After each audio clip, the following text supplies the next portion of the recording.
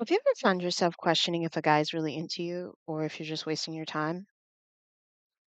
Today I'm sharing 10 crystal clear signs that he's just not that into you. But here's the thing, sometimes we overlook these signs because we're holding on to hope. Well, I'm here to help you save that hope for someone who's worth it. Stick around. By the end of this episode, you'll have clarity so you can take your power back. And hey, make sure you drop a comment below as we go through these. I'd love to hear your thoughts. So, one day, start with the first sign. One day he's all over you and the next he's gone. So he's inconsistent. Inconsistent behavior is a huge red flag. A man who's into you will show up consistently. If you find yourself waiting for him to text, wondering if he's actually interested, that's your sign. So, how do you handle this? Are you the one doing most of the chasing in your relationships? Drop a comment below and let me know. So I'm gonna be honest with you. There's a certain way that we behave and our boundaries are really set, but none of this stuff happens to us. This is not our issue, but it's because we're not putting up with it. So you have to first recognize the signs and then realize what your boundaries are and be willing to walk away. Because once you have that mastered, it just doesn't happen. I promise you. It's never been my issue. Never, you know? But I was raised this way. I have these boundaries, and so I can spot these things. And the minute someone behaves like this, I'm out. And I'll make them question their existence before I will ever look back. That's the reason it doesn't happen to me. It's something you guys need to think about because if you really love yourself, you're not doing the chasing. Sign two, he doesn't prioritize you. When you're always the last minute option or he cancels plans at the drop of a hat, that's a sign you're not his priority. I'm not saying life doesn't get busy. Hey, that happens, sure. But we all make time for the things and the people we care about. Have you ever felt like you're the second in line to his real priorities? Share that in the comments too. I'd like to know. Have you ever been through this? It happens. But see, the thing is I'm, again, notice the difference in my self concept. I choose people that choose me. I've never been in this situation because I'm asked, I'm prioritized. That's why I chose them, right? See, if you are making excuses for what they're doing, then you're really just teaching them how to love you. Um, and that type of stuff doesn't fly with me. You see the difference? But if you really value your time, you have to make your behavior match what you want to receive. I can't stress that enough. All right, sign three.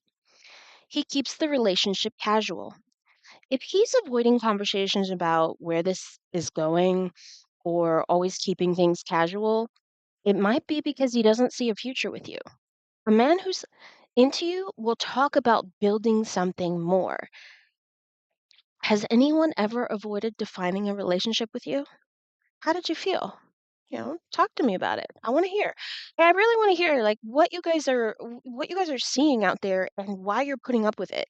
Because I promise you, a lot of times, a lot of times you say I'm going to work on my self-concept, but then you still tolerate the things that we would never tolerate. Hence why this is happening to you guys, but not to us. But when you really truly have mastered your self-concept, this isn't something we would deal with. Like, not ever. So you choose based on how they behave. And until then, they haven't made the cut. And I hate to be that way, but it is what it is. The relationship is with you, and you're deciding the tone and what you'll accept and what you won't accept. And a lot of times we forget that.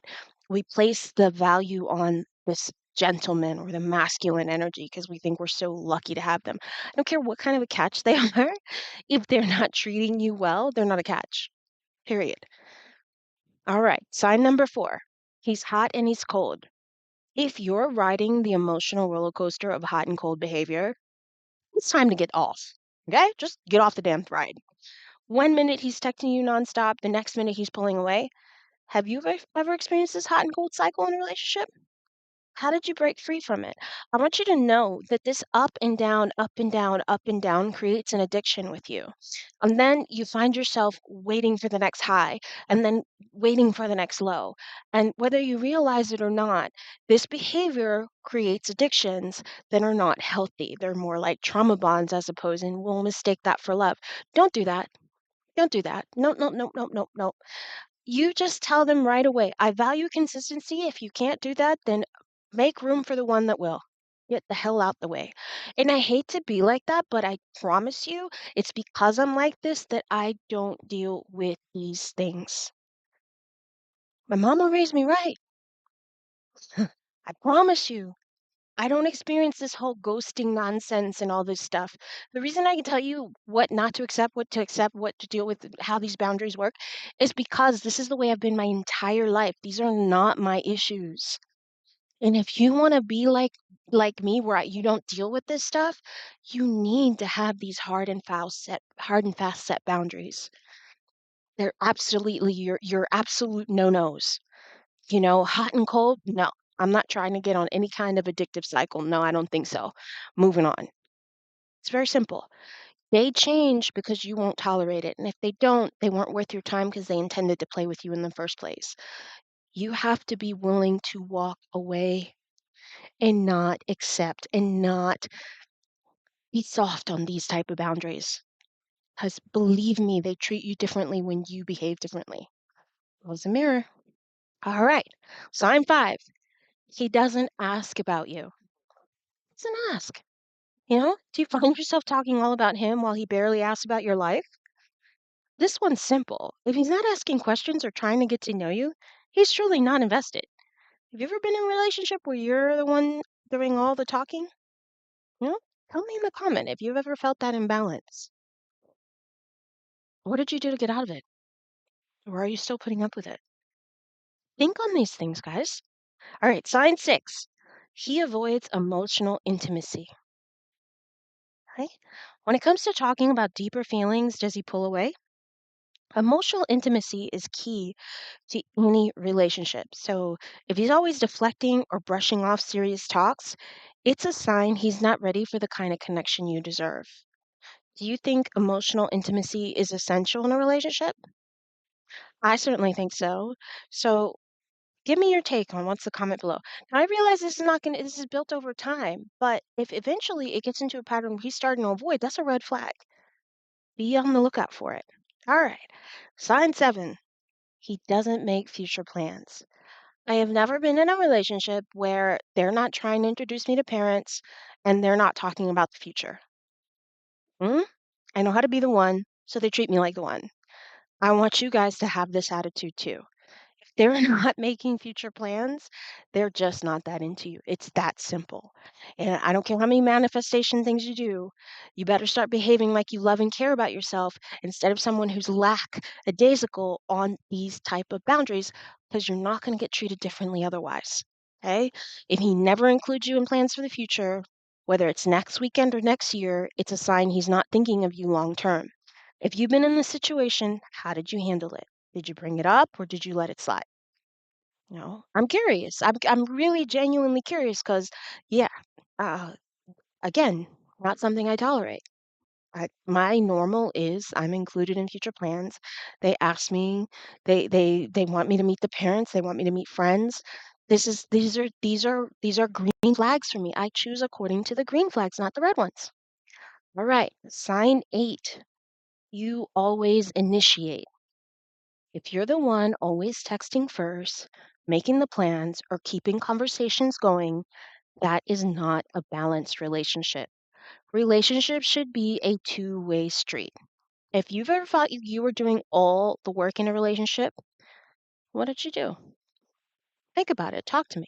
Because honestly, it's balance. I'm not saying that they do all the work either. No, we reciprocate energies and it's got to be a two-way street. But if there's an imbalance in either direction, it's a red flag. You know, there is such a thing as being too far left, and there's such a thing as being too far right. There's somewhere in the middle where there's a two-way street, where there's an ongoing, mutual connection here, not the imbalance. Be on the lookout. All right, sign number 9. He keeps you separate from his life. If you've been dating for a while and you've never met his friends or family, that's a red flag. A man who values you will want to introduce you to the important people in his life. Okay. And this could be masculine energy. I should say, I should be a little more gender neutral here. Okay. But the masculine energy, if they're not even trying to introduce you to the people that matter to them, that is a red flag. If, have you ever kept up something like this when you're dealing with someone who keeps you at arm's length like this? How did it make you feel in the relationship? Again, I want to hear, I want to know. Keep me, like, talk to me about these things because I can't know how to help you if you guys aren't telling me what you need help with. Sign 10. Your gut tells you something is off. Ladies, you are born, or feminine energy, you are born with intuition for a reason. Trust your gut. It's your third brain. It always knows. Trust it. It's usually right. If you feel like something's not quite right, it probably isn't. Okay? That uneasy feeling you get when things don't add up, don't ignore it. If you've ever had that gut feeling about someone, talk to me about how'd you handle it. Drop a story. See, I'm I communicate I communicate with the masculine side very simply up front, and I don't dance around any bushes. Okay? I don't have time for all that. I'm very direct. I get I say what I have to say, and if something's off, I'm gonna ask. And I'm not afraid because I'm not afraid to lose someone. Hence why they're usually afraid to lose me. It's the other way around. Flip the script on the energy. I can't tell you if you're direct, if you're not afraid. See, fear and love do not mix. They occur together, but they do not mix. And if you're not afraid, you're actually in a loving energy. If you're afraid, you're in fight or flight, you're worried about losing them, you're creating a dynamic that doesn't work for you. Energetically, it will eventually fall apart. So you got to learn where you're going to place your energy. Is it on faith on love, or is it faith on fear? See the difference? You got to pay attention. Okay. If any of these signs hit home for you, it's time to take a step back and reevaluate. Ask yourself, am I settling for less than I deserve? You have to be the one to make space for the love and respect you deserve. Walking away from a relationship where you're not valued is never easy, but it's necessary for your peace and happiness. So that's the one thing you'll do differently to ensure this situation will never happen again. Be on the lookout for these red flags. Be on the look out for them and be willing to walk away. Have a hard and fast boundary. I'm really hoping this episode gave you clarity and courage to walk away from relationships that aren't serving you. Remember, when you stop settling for less, you make room for the love that you truly deserve. If you're ready to break free from unhealthy patterns and attract the right partner, visit bridge2selfmastery.com for personalized coaching and empowering meditations on my guided breathwork series. Don't forget to like and subscribe and share this episode with someone who needs to hear it. Until next time, I'm Cindy, helping you build a bridge to self mastery. See you soon. Before you go, take a second to drop your thoughts below, whether it's a sign you've noticed in a relationship or an action you're planning to take. I really want to hear your stories, and I'd really like to offer support. Let's keep this conversation going in the comments. Thank you.